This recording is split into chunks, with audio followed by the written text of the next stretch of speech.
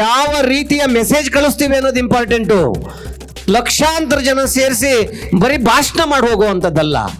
ನಮ್ಮ ಮತನ ರಕ್ಷಿಸ್ಕೊಳ್ಳೋದು ಅದು ನಮ್ಮ ಹಕ್ಕು. ಆ ಹಕ್ಕುಗೋಸ್ಕರ ಹೋರಾಟ ಮಾಡುವಂಥ ಒಂದು ದುಸ್ಥಿತಿ ಇವತ್ತು ನಮ್ಮ ದೇಶದಲ್ಲಿ ಬಂದಿದೆ ಅಂದರೆ ಇದಕ್ಕಿಂತ ದುಸ್ಥಿತಿ ಬರಲಿಕ್ಕೆ ಸಾಧ್ಯ ಇಲ್ಲ. 6.5 ಕೋಟಿ ಮತದಾರನ ಇವತ್ತು ಡಿಲೀಟ್ ಮಾಡಿದ್ದಾರೆ ಅಂತಂದ್ರೆ ಅವರು ಭಾರತದ ನಾಗರಿಕರಲ್ವಾ? ಎಲ್ಲ ಒಂದು ಜನಗಳನ್ನ ಒಟ್ಟಿಗೆ ಸೇರಿಸ್ಕೊಂಡು ಹೋಗುವಂಥ ಒಂದು ದೊಡ್ಡ ಗುಣವುಳ್ಳಂಥ ಒಂದು ಬೃಹತ್ ರಾಷ್ಟ್ರ. ಆ ಒಂದು ರಾಷ್ಟ್ರಕ್ಕೆ ಧಕ್ಕೆ ತರುವಂಥ ಕೆಲಸ ಅಲ್ವಾ ನೀವು ಮಾಡ್ತಾ ಇರೋದು? ನಾವೆಲ್ಲರೂ ಕೂಡ ಅವ್ರಿಗೆ, ಅಂಬೇಡ್ಕರ್ ಅವ್ರಿಗೆ ಕೃತಜ್ಞನಾಗಿರಬೇಕು. ಯಾಕೆಂದ್ರೆ ಅಂಬೇಡ್ಕರ್ ಅವರ ಸಂವಿಧಾನ ತರಲಿಲ್ಲ ಅಂದರೆ ಈ BJP ಸರ್ಕಾರ ಇಷ್ಟಕ್ಕೆ ಸರ್ವನಾಶ ಮಾಡಿಬಿಟ್ಟು ಸರ್ವಾಧಿಕಾರತ್ವನ ನಡೆಸುವಂಥ ಪ್ರವೃತ್ತಿನ ಮಾಡಿಡೋರು ಇವತ್ತೊಂದು ದಿವಸ. ಮೊದಲನೇದಾಗಿ DV ಗುಂಡಪ್ಪನವರು ಒಂದು ಮಾತು ಹೇಳ್ತಾರೆ, ಗುರುತಿಸು ಒಳತಿರುವುದನ್ನು ಕೆಡಕುಗಳ ಮಧ್ಯೆ ಅಂತ. ನಾನು ಯಾಕೆ ಇದನ್ನು ಹೇಳ್ತಾ ಇದ್ದೀನಿ ಅಂದರೆ, ಮೊಟ್ಟ ಮೊದಲ ಬಾರಿಗೆ ಇಡೀ ಕರ್ನಾಟಕದಲ್ಲಿ ಒಂದು ಕಾಮನ್ ಇಶ್ಯೂಗೆ ಇಷ್ಟೂ ಸಂಘಟನೆಗಳು ಒಟ್ಟಾಗಿ ನೀವು ಸೇರಿರೋದು ನೋಡಿದ್ರೆ ನಿಜವಾಗ್ಲೂ ಇದೊಂದು ಇತಿಹಾಸನ ಸೃಷ್ಟಿ ಮಾಡುತ್ತೆ ಅಂತ ನನಗನ್ಸುತ್ತೆ. ನಮ್ಮ ವೈಯಕ್ತಿಕ ಅಥವಾ ನಮ್ಮ ಪಕ್ಷದ್ದು ಅಥವಾ ನಿಮ್ಮ ಸಂಘಟನೆಗಳದ್ದು 100 ಇರಬಹುದು, ಆದರೆ ಕಾಮನ್ ಅಜೆಂಡಾ ಅಂತ ಬಂದಂಥ ಸಂದರ್ಭದಲ್ಲಿ ನಾವೆಲ್ಲ ಒಟ್ಟು ಸೇರಿಸುವಂಥ ಒಂದು ದೊಡ್ಡ ಸಾಹಸ ನೀವು ಮಾಡಿದಿರಲ್ಲ, ನಿಮಗೆ ನಾನು ಅಭಿನಂದನೆಗಳನ್ನ ಹೇಳೋದಕ್ಕೆ ನಾನು ಇಷ್ಟಪಡ್ತೇನೆ. ಸ್ವಾತಂತ್ರ್ಯ ಹೋರಾಟ ಒಂದು ಕಥೆಯಲ್ಲ, ಮರೆಮಾಚಿದ ಹೋರಾಟಗಳ ಅನಾವರಣ. ಭಾರತದ ಸ್ವಾತಂತ್ರ್ಯ, ಕರ್ನಾಟಕದ ಏಕೀಕರಣ ಒಂದೇ ಹೋರಾಟದ 2 ಮುಖಗಳು. ಜೈ ಹಿಂದ್, ಜಯ ಕರ್ನಾಟಕ ವಿಶೇಷಾಂಕ ಈಗಲೇ ಓದಿ ಹಂಚಿಕೊಳ್ಳಿ. ಇದು ಸಣ್ಣ ಕೆಲಸ ಅಲ್ಲ. ಇದು ಏನಾದರೂ ಒಂದೊಂದು ಡಿಫ್ರೆನ್ಸ್ ಇರುತ್ತೆ. ಅವ್ರು ಯಾರೋ ಬರ್ತಾರೆ ಅಂದರೆ ನಾವು ಬರಲ್ಲ, ನಾವು ಬರ್ತೀವಿ ಅಂದರೆ ಅವ್ರು ಬರಲ್ಲ. ಅದರಲ್ಲಿ ಸಭೆಯಲ್ಲಿ ನೀವೇನಾದರೂ ಮಾತಾಡ್ಬಿಡ್ತೀರಾ, ಅದೇನೋ ಮೀಡಿಯಾದವ್ರನ್ನ ಬರೆದು ಬಿಡ್ತಾರೆ, ಅದರಲ್ಲಿ ಇವರಿದ್ರು ಅವರಿದ್ರು ಅಂತ. ಇಂತೆಲ್ಲ ಒಂದು ಸಮಸ್ಯೆಗಳ ಮಧ್ಯೆ ನೀವೊಂದು ಕಾಮನ್ ಸಬ್ಜೆಕ್ಟ್ನ ಇಟ್ಕೊಂಡು ಇಡೀ ದೇಶದಲ್ಲಿ ಹೋರಾಟ ಮಾಡೋದಕ್ಕೆ ಎಲ್ಲರನ್ನು BJP ಮತ್ತು JDSನ ಹೊರತುಪಡಿಸಿ ಮಿಕ್ಕಿದ್ದಾರೆ ಎಲ್ಲರನ್ನೂ ನೀವು ಸೇರಿಸಿದ್ದೀರಾ ಅಂತ ಅಂದರೆ, ಅಷ್ಟೂ ಜನ ಬಂದಿದ್ದಾರೆ ಅಂದರೆ ಸೇರ್ಸಕ್ಕೆ ಪ್ರಯತ್ನ ಪಟ್ಟಿದ್ದೀರಾ, ಆದರೆ ಅವರೂ ಕೂಡ ಬರೋದಕ್ಕೆ ಮನಸ್ಸು ಮಾಡಿದ್ದಾರೆ ಅಂತ ಅಂದರೆ ಇದು ನಿಜವಾಗ್ಲೂ ಕೂಡ ಒಂದು ಹೋರಾಟದ ಹಾದಿಗೆ ಒಂದು ಮುನ್ನುಡಿ ಬರೆಯುವಂಥ ದಿನ ಇವತ್ತೊಂದು ದಿವಸ ಅಂತ ನಾನು ಹೇಳ್ತೇನೆ. ಬನ್ನಿ ಮುಕುಂದರಾವ್ ಅವರು ವೇದಿಕೆ ಮೇಲೆ ಬನ್ನಿ. ಇವತ್ತು ವೇದಿಕೆ ಮೇಲೆ ನೀವೆಲ್ಲ ಕೂತಿದ್ದೀರಿ. ಇವತ್ತು ನಾನು ಅಷ್ಟೂ ಜನದ ಹೆಸರುಗಳನ್ನ ತಗೊಳ್ಲಿಕ್ಕೆ ಆಗಲ್ಲ ನನ್ನ ಕೈ, ಆದರೆ ನಿಮ್ಮೆಲ್ಲರಿಗೂ ಇಲ್ಲಿ ಕೂಳ್ತಿರೋ, ಇದಕ್ಕೆ ಸೇರಿರುವಂಥ ನೀವೆಲ್ಲ ಸಂಘಟನೆಗಳಿಗೂ ಕೂಡ ನಾನು ಹೃದಯಪೂರ್ವಕವಾಗಿ ಅಭಿನಂದನೆಗಳನ್ನ ಮತ್ತು ಕೃತಜ್ಞತೆಗಳನ್ನ ಹೇಳೋದಕ್ಕೆ ನಾನು ಇಷ್ಟಪಡ್ತೀನಿ ನಿಮ್ಮೆಲ್ಲರಿಗೂ ಕೂಡ. ಅದರ ಜೊತೆಗೆ ನೀವೆಲ್ಲ ಸೇರಿರುವಂಥವ್ರು. ಇಲ್ಲಿ ನಂಬರ್ ಇಂಪಾರ್ಟೆಂಟ್ ಅಲ್ಲ, ಮೆಸೇಜ್ ಇಂಪಾರ್ಟೆಂಟ್. ಯಾವ ರೀತಿಯ ಮೆಸೇಜ್ ಕಳಿಸ್ತೀವಿ ಅನ್ನೋದು ಇಂಪಾರ್ಟೆಂಟು. ಲಕ್ಷಾಂತರ ಜನ ಸೇರಿಸಿ ಬರೀ ಭಾಷಣ ಮಾಡಿ ಹೋಗುವಂಥದ್ದಲ್ಲ. ಭಾಷಣಗಳಿಂದ, ಮಾತುಗಳಿಂದ ಯಾವುದೂ ಆಗೋದಿಲ್ಲ. ಅದು ಇದಾಗಬೇಕು, ಇಂಪ್ಲಿಮೆಂಟ್ ಆಗಬೇಕು. ಕಟ್ಟ ಕಡೆ ತನಕ ನಾವು ಮಾಡಿರೋಂಥ ಪ್ಲ್ಯಾನು ಲಾಸ್ಟ್ ತನಕ ಇಂಪ್ಲಿಮೆಂಟ್ ಆದಾಗ ಮಾತ್ರ ಆ ಭಾಷಣಕ್ಕೆ, ಆ ಸಭೆಗಳಿಗೆ ಒಂದು ಸಾರ್ಥಕತೆ ಸಿಗುತ್ತೆ. ಹೊರತು ನಾವು ಬರೀ ಭಾಷಣ ಮಾಡಿ ಮುಗಿಸಿ ಹೋದರೆ ಸಿಗಕ್ಕಿಲ್ಲ. ನಿಮ್ಗೆಲ್ಲ ಗೊತ್ತಿದೆ, ಮಾಧ್ಯಮದವರು ಕೂಡ ಇಲ್ಲಿದ್ದೀರಾ. ಭಾಳ ಇದು ಸಮಸ್ಯೆ ನಿಮ್ಮದು ಕೂಡ, ನಮ್ಮದು ಕೂಡ, ಪ್ರತಿಯೊಬ್ಬರದ್ದು ಕೂಡ. ಇದು ಯಾವುದೇ ಒಬ್ಬ ಇಂಡಿವಿಜುವಲ್ ವ್ಯಕ್ತಿದಲ್ಲ, ಪ್ರತಿಯೊಬ್ಬರಿಗೂ ಕೂಡ ಸೇರಿದಂಥದ್ದು. ಯಾವುದೇ ರಾಜಕೀಯ ಪಕ್ಷದಲ್ಲ, ಸಂಘಟನೆಗಳದಲ್ಲ, ಆದರೆ ನಿಮ್ಮೆಲ್ಲರಿಗೂ ಕೂಡ ಸೇರಿದಂಥದ್ದು. ನಮ್ಮ ಮತನ ರಕ್ಷಿಸ್ಕೊಳ್ಳೋದು ಅದು ನಮ್ಮ ಹಕ್ಕು.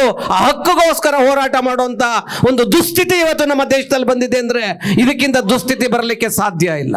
6.5 ಕೋಟಿ ಮತದಾರನ ಇವತ್ತು ಡಿಲೀಟ್ ಮಾಡಿದ್ದಾರೆ ಅಂತಂದ್ರೆ ಅವರು ಭಾರತದ ನಾಗರಿಕರಲ್ವಾ? 6.5 ಕೋಟಿನೂ ಬರೀ ಒಂದೇ ಕಮ್ಯುನಿಟಿ ಇದ್ದಾರಾ? SC ST ಇಲ್ವಾ? ಹಿಂದೂಗಳಿಲ್ವಾ? ಬೇರೆ ಯಾರೂ ಇಲ್ವಾ? ಅಂದ್ರೆ ನಿಮ್ಮ ಉದ್ದೇಶ ಏನು? ನಿಮ್ಮ ಉದ್ದೇಶ ಹೇಗಾದ್ರೂ ಮಾಡಿ ಚುನಾವಣೆ ಗೆಲ್ಲಬೇಕು ಅನ್ನೋ ಒಂದೇ ಒಂದು ಕಾರಣಕ್ಕೆ ಒಂದಲ್ಲ ಒಂದನ್ನ ಚುನಾವಣೆ ಹತ್ತಿರ ಬಂದಾಗ ತರ್ತೀರಾ, ಮತ್ತೆ ಅಧಿಕಾರಕ್ಕೆ ಬರ್ತೀರಾ, ಮತ್ತೆ ಯಾವ ವಿರೋಧ ಪಕ್ಷಗಳನ್ನಾಗ್ಲಿ ಯಾರು ಕೂಡ ಗಣನೆಗೊಳ್ಳದಾಗೆ ಬುಲ್ಡೋಜ್ ಮಾಡಿ ಇವತ್ತು ಅಧಿಕಾರ ನಡೆಸುವಂತ ಒಂದು ಕೆಟ್ಟ ಪರಿಸ್ಥಿತಿಗೆ, ಪ್ರಜಾಪ್ರಭುತ್ವದ ಅಡಿಪಾಯನ ಅರಳಾಡಿಸುವಂತ ಒಂದು ಪರಿಸ್ಥಿತಿಗೆ ನೀವು ಬಂದಿದ್ದೀರಾ. ಭಾರತ ದೇಶ ಇಡೀ ಪ್ರಪಂಚದಲ್ಲಿ ನಾನಾ ಧರ್ಮಗಳು, ನಾನಾ ಭಾಷೆಗಳು, ನಾನಾ ಭಾಷೆ, ಇದೆಲ್ಲ ಧರ್ಮಗಳನ್ನು ಕೂಡ ಎಲ್ಲ ಒಂದು ಜನಗಳನ್ನ ಒಟ್ಟಿಗೆ ಸೇರಿಸ್ಕೊಂಡು ಹೋಗುವಂಥ ಒಂದು ದೊಡ್ಡ ಗುಣವುಳ್ಳಂಥ ಒಂದು ಬೃಹತ್ ರಾಷ್ಟ್ರ. ಆ ಒಂದು ರಾಷ್ಟ್ರಕ್ಕೆ ಧಕ್ಕೆ ತರುವಂಥ ಕೆಲಸ ಅಲ್ವಾ ನೀವು ಮಾಡ್ತಾ ಇರೋದು? ಇದು ಆಗಬಾರ್ದು ಅನ್ನೋ ಕಾರಣಕ್ಕೆ ಇವತ್ತು ಕರ್ನಾಟಕದಿಂದ ಒಂದು ಮೆಸೇಜ್ನ ಕಳಿಸ್ಬೇಕು ಅನ್ನೋ ಕಾರಣಕ್ಕೆ ಇವತ್ತೇನು ನೀವೆಲ್ಲ ಜನಪರ ಸಂಘಟನೆಗಳು ನೀವು ತಗೊಂಡಿದ್ದೀರಾ, ಅದು 23ನೇ ತಾರೀಕು ವೆಸ್ಟ್ ಬೆಂಗಾಳಲ್ಲಿ ಮತ್ತೆ ತಮಿಳುನಾಡಲ್ಲಿ ಚುನಾವಣೆ ನಡೀತಾ ಇರುವಂಥ ಈ ಸಂದರ್ಭದಲ್ಲಿ ನೀವು ತಗೊಂಡಿರೋದು ನಿಜವಾಗ್ಲೂ ಕೂಡ ಅದು ನಿಜವಾಗ್ಲೂ ಶ್ಲಾಘನೀಯ. ಅದು ಈ ಮೆಸೇಜ್ ಜನಕ್ಕೆ ತಲುಪಬೇಕು. ಎಲ್ಲೋ ಒಂದ್ ಕಡೆ ಸರಿ ಇಲ್ಲ ಅನ್ನೋದು ಅವ್ರ ಭಾವನೆಗೆ ಬರಬೇಕು. ನನ್ನ ಮತದಾನದ ಹಕ್ಕು ಸರಿಯಾದ ರೀತಿಯಲ್ಲಿ ಆಗ್ಬೇಕು, ಮತದಾನದ ಸಂವಿಧಾನ ರಕ್ಷಣೆ ಮಾಡೋರ ಪರ ನನ್ನ ಮತದಾನ ಇರಬೇಕು ಅನ್ನೋ ಭಾವನೆ ಬರೋರು ಮಾತ್ರ ನೀವು ಹಾಕ್ಬೇಕು. ಆ ಕಾರಣಕ್ಕೆ ಇವತ್ತು ನಮ್ಗೆ ಎಷ್ಟೋ ಸಂಘಟನೆಗಳು ನಮ್ಮ ಹತ್ರ ಬಂದು ನಮ್ಮ ಪಾರ್ಟಿ ಸರ್ಕಲ್ಗೆ ಬಂದು ನಮ್ಮ ಜೊತೆಲಿ ಡಿಸ್ಕಸ್ ಮಾಡಿದ್ರು. ಸಾಕಷ್ಟು ಡಿಸ್ಕಷನ್ಸ್ ನಡೆದು ನಮ್ಮ ಅಧ್ಯಕ್ಷರು ಮತ್ತೆ ಮುಖ್ಯಮಂತ್ರಿಗಳು ಇದಕ್ಕೆ ಪೂರಕವಾಗಿ ಸ್ಪಂದಿಸಿದ್ರು. ನಮ್ಮ ಪಕ್ಷದ ಅಧ್ಯಕ್ಷರು ಮತ್ತೆ ಮುಖ್ಯಮಂತ್ರಿಗಳು ಸ್ಪಂದಿಸಿ ಇದನ್ನ ಏನಾದರೂ ಮಾಡಿ ಕರ್ನಾಟಕದಿಂದನೇ ಈ ಮೆಸೇಜ್ ಕಳಿಸ್ಬೇಕು ಅನ್ನೋ ಕಾರಣಕ್ಕೆ ತಮಗೆಲ್ಲ ಗೊತ್ತಿರಬೇಕು. ಈ ಹಿಂದೆ ನಮ್ಮ ಪಕ್ಷದ ಆಪೋಸಿಷನ್ ಲೀಡರು, ಪಾರ್ಲಿಮೆಂಟಿನ ಆಪೋಸಿಷನ್ ಲೀಡರು ರಾಹುಲ್ ಗಾಂಧಿ ಅವರು ಕೂಡ, ಖರ್ಗೆ ಅವರು ಕೂಡ ಪ್ರಾರಂಭ ಮಾಡಿದ್ದು ಇದೇ ಫ್ರೀಡಂ ಪಾರ್ಕಲ್ಲಿ ಹೋರಾಟನ ಮೊದಲನೇ ಬಾರಿಗೆ ನಾವು ಕಹಳೆ ಊದಿದ್ದು ವೋಟ್ ಚೋರಿಯಾಗಿ ನೆಕ್ಸ್ಟ್ ಇದೇ ಫ್ರೀಡಂ ಪಾರ್ಕಲ್ಲಿ. ಸುಮಾರು 1 ಲಕ್ಷ ಜನ ಅವತ್ತೊಂದು ದಿವಸ ಬಂದು ಈ ಸಭೆಯಲ್ಲಿ ಸೇರಿ ಇದ್ರ ಪ್ರಕಾರ ನಾವು ನಿಮ್ಮ ಜೊತೆಲಿ ಇದ್ದೀವಿ ಅಂತ ಒಂದು ಮೆಸೇಜ್ ಅವತ್ತು ನಾವು ಕಳಿಸಿದ್ವಿ. ಆದರೆ ಇಡೀ ರಾಷ್ಟ್ರದಲ್ಲಿ ಇವತ್ತೊಂದು ದಿವಸ ಅದು ದೊಡ್ಡ ಆಂದೋಲನವಾಗಿ ಹೊರಹೊಮ್ತಿದ್ವು. ತಮಗೆಲ್ಲ ಗೊತ್ತಿದೆ ಅದು. ಅದರ ಪರಿಣಾಮ ನಾವು ಸಿಗ್ನೇಚರ್ ಕ್ಯಾಂಪೇನ್ ಡ್ರೈವ್ ಮಾಡಿದ್ವಿ. 1,67,00,000 ಜನ ಕರ್ನಾಟಕದಲ್ಲಿ ಸಿಗ್ನೇಚರ್ ಕ್ಯಾಂಪೇನ್ ಮಾಡಿದ್ದು ಈ ಮಠಚೋರಿಯ ವಿರುದ್ಧ ಇದನ್ನ ಮೆಂಬರ್ಶಿಪ್ ಆಯಿತು. ಇಡೀ ದೇಶದಲ್ಲಿ ಕರ್ನಾಟಕ ನಂಬರ್ 1 ಆ ಒಂದು ಸಿಗ್ನೇಚರ್ ಕ್ಯಾಂಪೇನ್ ಮಾಡಿದ್ದು ಒಂದು ಇದರಲ್ಲಿ ಮಾಡಿದಂಥದ್ದು ನಾವು. ಯಾಕೆಂದರೆ ಕರ್ನಾಟಕ ಈ ವಿಚಾರದಲ್ಲಿ ಹಂತವಾಗಿ ಹೋರಾಟ ಮಾಡ್ಕೊಂಡು ಬರ್ತಾ ಇದ್ವಿ. ಕರ್ನಾಟಕ ಕಾಂಗ್ರೆಸ್ ಪಕ್ಷ ಅನ್ನೋದನ್ನು ನಿಮ್ಮ ಗಮನಕ್ಕೆ ತರಕ್ಕೆ ನಾನು ಇಷ್ಟಪಡ್ತೀನಿ. ನಿಮ್ಮ ಜೊತೆಲಿ ನಾವಿದ್ದೀವಿ. ನಿಮ್ಮ ಜೊತೆನಲ್ಲಿ ಬರೀ ನಾವಿಲ್ಲ, ನಿಮ್ಮ ಹೋರಾಟದಲ್ಲಿ ಭಾಗಿಯಾಗ್ತೀವಿ. ಇದನ್ನು ಟೆಲಿಕಾಸ್ಟ್ ಅನುಷ್ಠಾನಗೊಳ್ಳಲಿಕ್ಕೆ ಬಿಡಬಾರ್ದು. ಅದಕ್ಕೋಸ್ಕರ ನಾವು ಯಾವ ರೀತಿ ಬೇಕಾದರೂ ನಾವು ಮುಂದಕ್ಕೆ ಹೋಗೋಣ. ಇದು ಕಾಮನ್ ಅಜೆಂಡಾ. ಪ್ರತಿಯೊಬ್ಬ ಮನುಷ್ಯನ, ಪ್ರತಿಯೊಬ್ಬ ವೋಟರ್ಸ್ನ ಅಂಬೇಡ್ಕರ್ ಅವರ ಸಂವಿಧಾನ ಏನಿತ್ತು ನಿಮಗೆಲ್ಲ ಗೊತ್ತಿದೆ. ಅಂಬೇಡ್ಕರ್ ಅವರು ಸಂವಿಧಾನ ತರಲಿಲ್ಲ ಅಂದರೆ ಸಂವಿಧಾನನ ತಂದ ಮೇಲೆ, ಇದನ್ನ ತಂದ ಮೇಲೆ ಅವರೇ ಹೇಳಿರುವಂಥ ಮಾತು. ಇಲ್ಲಿ ತನಕ ಮಹಾರಾಜನ ಹೊಟ್ಟೆನಲ್ಲಿ ಇನ್ನೊಬ್ಬ ಮಹಾರಾಜ ಹುಟ್ಟುತ್ತಾನೆ ಅಂತಿತ್ತು. ಆದರೆ ಇವತ್ತೊಂದು ದಿವಸ ಮತಗಟ್ಟೆನಲ್ಲಿ ಮಹಾರಾಜ ಹುಡ್ತಾನೆ ಅನ್ನೋ ಒಂದು ಸ್ಲೋಗನ್ನ ಕಳಿಸಿದಂಥವ್ರು ಅಂಬೇಡ್ಕರ್ ಅವರು ಒಂದು ಸಂವಿಧಾನದ ತಿದ್ದುಪಡಿ ತಂದು ಒಂದು ಮತದಾರನಿಗೆ ಒಂದು ಹಕ್ಕನ್ನು ಕೊಟ್ಟು, ಅವನು ಅಕ್ಷರಸ್ಥನಾಗಿರಲಿ, ಅವನು ಸಾಹುಕಾರನಾಗಿರಲಿ, ಬಡವನಾಗಿರಲಿ, ಆ ಒಂದು ಮತದಾನಕ್ಕೆ ಅದೇ ವ್ಯಾಲ್ಯೂ ಇರಬೇಕು ಅಂತ ತಂದಂಥ ಮಹಾನ್ ವ್ಯಕ್ತಿ ಇವತ್ತೊಂದು ದಿವಸ ನಮ್ಗೆ ಅದೇನಾದರೂ ಇವತ್ತು ನಮ್ಮ ದೇಶನ, ನಮ್ಮ ಕಾನೂನನ್ನು, ನಮ್ಮ ಓತನ್ನ ರಕ್ಷಣೆ ಮಾಡ್ತಾ ಇದೆ ಅಂತ ಅಂದರೆ ಈ ಕಾನ್ಸ್ಟಿಟ್ಯೂಷನ್. ಅದು ನಾವೆಲ್ಲರೂ ಕೂಡ ಅವ್ರಿಗೆ, ಅಂಬೇಡ್ಕರ್ ಅವ್ರಿಗೆ ಕೃತಜ್ಞನಾಗಿರಬೇಕು. ಯಾಕೆಂದರೆ ಅಂಬೇಡ್ಕರ್ ಅವರ ಸಂವಿಧಾನ ತರಲಿಲ್ಲ ಅಂದರೆ ಈ BJP ಸರ್ಕಾರ ಇಷ್ಟಕ್ಕೆ ಸರ್ವನಾಶ ಮಾಡಿಬಿಟ್ಟು ಸರ್ವಾಧಿಕಾರತ್ವನ ನಡೆಸುವಂಥ ಪ್ರವೃತ್ತಿನ ಮಾಡಿಡೋರು ಇವತ್ತೊಂದು ದಿವಸ. ನಾನೆಲ್ಲ ಕೇಳ್ಕೊಳ್ಳೋದಿಷ್ಟೇ, ಸಾಕಷ್ಟು ಜನ ಮಾತಾಡಬೇಕಾಗಿದೆ ವೇದಿಕೆ ಮೇಲೆ.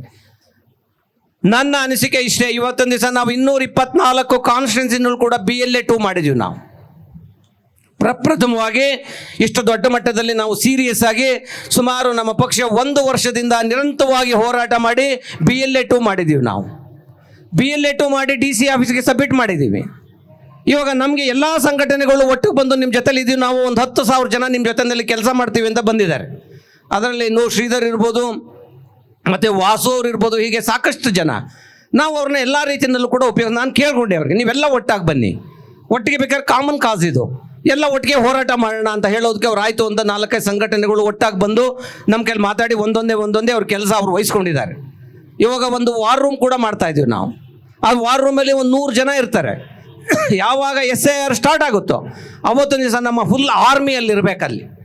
ಅದರಲ್ಲಿ ಎಲ್ಲ ಪಕ್ಷಾತೀತವಾಗಿ ಮಾಡ್ಬೇಕು. ಇದನ್ನು ಬರೀ ನಮ್ಮ ಪಕ್ಷ ಅಂತಲ್ಲ, ಎಲ್ಲರೂ ಜೊತೆಲಿ ಮಾಡಬೇಕು.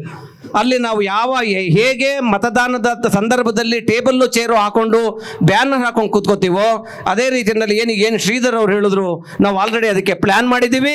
ನಮ್ಮ ಪಕ್ಷ ಪ್ಲ್ಯಾನ್ ಮಾಡಿದೆ. ಅಲ್ಲಿ ಬ್ಯಾನರು ಮತ್ತು ಇದನ್ನು ಹಾಕಿ ಪೋಲಿಂಗ್ ಸ್ಟೇಷನ್ಗಳ ಹತ್ರ ಜನಕ್ಕೆ ಆ SIR ಬಂದಾಗ ಅವ್ರು ನಿಮ್ಮ ಮತ ಇದೆಯಾ ಅಥವಾ ತಗೊಂಡೋಗಿ 8ನೇ ಬೂತ್ 9ನೇ ಬೂತ್ಗೆ ಹಾಕಿದಾರ ಅಥವಾ ಪಕ್ಕದ ಕಾನ್ಸ್ಟಿಟ್ಯೂನ್ಸಿಗೆ ಹಾಕಿದಾರ, ಅದನ್ನು ರೆಸ್ಟೋರ್ ಮಾಡಿಕೊಂಡು ಅದನ್ನು ರಕ್ಷಣೆ ಮಾಡುವಂಥ ಕೆಲಸನ ಮಾಡಬೇಕು ಅಂತ ನಾವು ತೀರ್ಮಾನ ಮಾಡಿದ್ದೀವಿ. ಆ ಕಾರಣಕ್ಕೆ ಎಲ್ಲ ಇದೆಲ್ಲ ನೀವು ಮುಂದೆ ಬಂದು ನೀವು ಕೆಲಸ ಮಾಡ್ತಾ ಇದ್ದೀರಾ, ಅದು ನಿಮ್ಮ ಸ್ವಾರ್ಥಕ್ಕೆ ಮಾಡ್ತಾ ಇರೋದಲ್ಲ. ನಿಮ್ಗೆ ಎಂಥ ಒಂದು ಉದಾರಿಯಾದಂಥ ಗುಣ ಇದೆ ಅಂತ ನನಗೆ ನಿಜವಾಗ್ಲೂ ಕೂಡ ಆಶ್ಚರ್ಯ. ನಾವು ರಾಜಕಾರಣಿಗಳು ರಾಜಕೀಯಕ್ಕೋಸ್ಕರ ಮಾಡ್ತೀವಿ, ಆದರೆ ನೀವು ಯಾವುದೇ ಸ್ವಂತ ಇದಿಲ್ದೇ ಜನಗಳಿಗೆ ಅನುಕೂಲ ಆಗಬೇಕು ಅಂತ ನೀವು ಮಾಡೋಂಥ ಸಂದರ್ಭದಲ್ಲಿ ನಾವು ನಿಮಗೆ ಸಹಕಾರ ಕೊಡಲಿಲ್ಲ ಅಂದರೆ ಅದು ಎಲ್ಲಿ ಸರಿ ಹೋಗುತ್ತೆ ಹೇಳಿ ನೋಡೋಣ. ಅದರಿಂದ ನಮ್ಮ ಸರ್ಕಾರ ಇರ್ಬೋದು ಅಥವಾ ನಮ್ಮ ಪಕ್ಷ ಇರ್ಬೋದು, ನಾವು ಬದ್ಧವಾಗಿದ್ದೀವಿ ನೀವು ತಗೊಳ್ಳೋಂಥ ನಿರ್ಧಾರದಲ್ಲಿ. ಮತ್ತು ಏನು ಇದರದ್ದು ಇವತ್ತು ಮತದಾನನ ರಕ್ಷಣೆ ಮಾಡುವಂಥ ವಿಚಾರದಲ್ಲಿ ನಾವೆಲ್ಲ ನಿಮ್ಮ ಜೊತೆಲಿದ್ದೀವಿ. ಇತ್ತೀಚೆಗೆ ಮಹಿಳಾ ಬಿಲ್ ಕೂಡ ತಮಗೆ ಗೊತ್ತಿದೆ, ಅದು ಯಾವ ರೀತಿಯಲ್ಲಿ ಜನಗಳನ್ನ ಮನಸ್ಸನ್ನು ಕೆಡಿಸುವಂಥ ಪ್ರವೃತ್ತಿನ ಮಾಡ್ತಾ ಇದ್ದಾರೆ. ಯಾಕೆಂತಂದ್ರೆ ಮಹಿಳಾ ಬಿಲ್ನ ತರಬೇಕು ಅಂತಂದರೆ 2023ರಲ್ಲಿ ಮಸೂದೆ ಇದಾಗಿದ್ದಾಗಲೇ ಅಪ್ರೂವಲ್ ಆಗಿದ್ದಾಗಲೇ ಸುಮಾರು 450 ಮತಗಳು ಬಂದಿದ್ದು, ಅವಾಗಲೇ ಮಾಡ್ಬೋದಿತ್ತು. ಆದರೆ ಅವರು ಯಾವ್ಯಾವ ಬೇಕು ಅವುಗಳನ್ನ ಚುನಾವಣೆ ಬಂದಂಥ ಸಂದರ್ಭದಲ್ಲಿ ಅದನ್ನು ಉಪಯೋಗಿಸ್ಕೊಂಡು ಬರೀ ವೋಟ್ ಬ್ಯಾಂಕ್ ಪಾಲಿಟಿಕ್ಸ್ ಮಾಡ್ತಾ ಇದ್ದಾರೆ ಹೊರತು ಇದನ್ನು ಜನಕ್ಕೆ ಅರಿವು ಮಾಡಿಕೊಡುವಂಥ ಪರಿಸ್ಥಿತಿ ಆಗಬೇಕು. ಇದು ಯಾವ ಮಹಿಳೆಯರ ಪರನೂ ಇಲ್ಲ, ಯಾವ ಯುವಕರ ಪರನೂ ಇಲ್ಲ, ಯಾವ ಉದ್ಯೋಗಿ ಪರನೂ ಇಲ್ಲ, ಯಾವ ರೈತರ ಪರನೂ ಇರಲ್ಲ. ಇವ್ರು ಏನಿದ್ರು ಅಧಿಕಾರದಲ್ಲಿರೋಕ್ಕೋಸ್ಕರ ಚುನಾವಣಾ BJP ಗೆಲ್ಲುವ ಒಂದು ತಂತ್ರನ ಮಾಡ್ತಾ ಇದ್ದಾರೆ ಹೊರತು ಸ್ವಾರ್ಥಿಗಳು ಇವರು ದೇಶದ ಹೊರತು ಇವರು ದೇಶಕ್ಕೆ ಏನೂ ಆಗಲ್ಲ. ಕಳೆದ 12 ವರ್ಷಗಳಲ್ಲಿ ಯಾವುದಾದ್ರು ಒಂದು ಗುರುತರವಾದಂಥ ಒಂದು ಕಾರ್ಯಕ್ರಮನ ಅವ್ರು ಕೊಟ್ಟಿದ್ರೆ ನೀವ್ಯಾವ್ದಾದ್ರು ಹೇಳಿ. ಆ ಕಾರಣಕ್ಕೆ ಇವತ್ತೊಂದು ದಿವಸ ನೀವೆಲ್ಲ ಇಷ್ಟು ಜನ ಬಂದು ವಾಲಂಟ್ರಿ ಬಂದು ನೀವು ಬಂದು ಸೇರಿದ್ದೀರಾ. ನಿಮ್ಮೆಲ್ಲರಿಗೂ ಕೂಡ ಧನ್ಯವಾದಗಳು. ನಾವು ಮತ್ತೆ ಈ ಹೋರಾಟನ ಮುಂದುವರ್ಸೋಣ. ಸತತವಾಗಿ ನಮ್ಮ ಪಕ್ಷ ನಿಮ್ಮ ಜೊತೆಲಿ ಇರ್ತದೆ ಅಂತ ಕೇಳಿಕೊಂಡು ನನ್ನ ಮಾತನ್ನ ಮುಗಿಸ್ತೀನಿ. ಜೈ ಹಿಂದ್, ಜೈ ಕರ್ನಾಟಕ, ನಮಸ್ಕಾರ. ಮತ್ತಷ್ಟು ವಿಶೇಷ ವಿಡಿಯೋಗಳನ್ನು ನೋಡಲು ಮತ್ತು ಹೊಸ ವಿಡಿಯೋಗಳ ಬಗ್ಗೆ ತಿಳಿಯಲು ಈ ದಿನ .com ಯೂಟ್ಯೂಬ್ ಚಾನೆಲ್ ಸಬ್ಸ್ಕ್ರೈಬ್ ಮಾಡಿ ಮತ್ತು ಬೆಲ್ ಐಕಾನ್ ಕ್ಲಿಕ್ ಮಾಡಿ.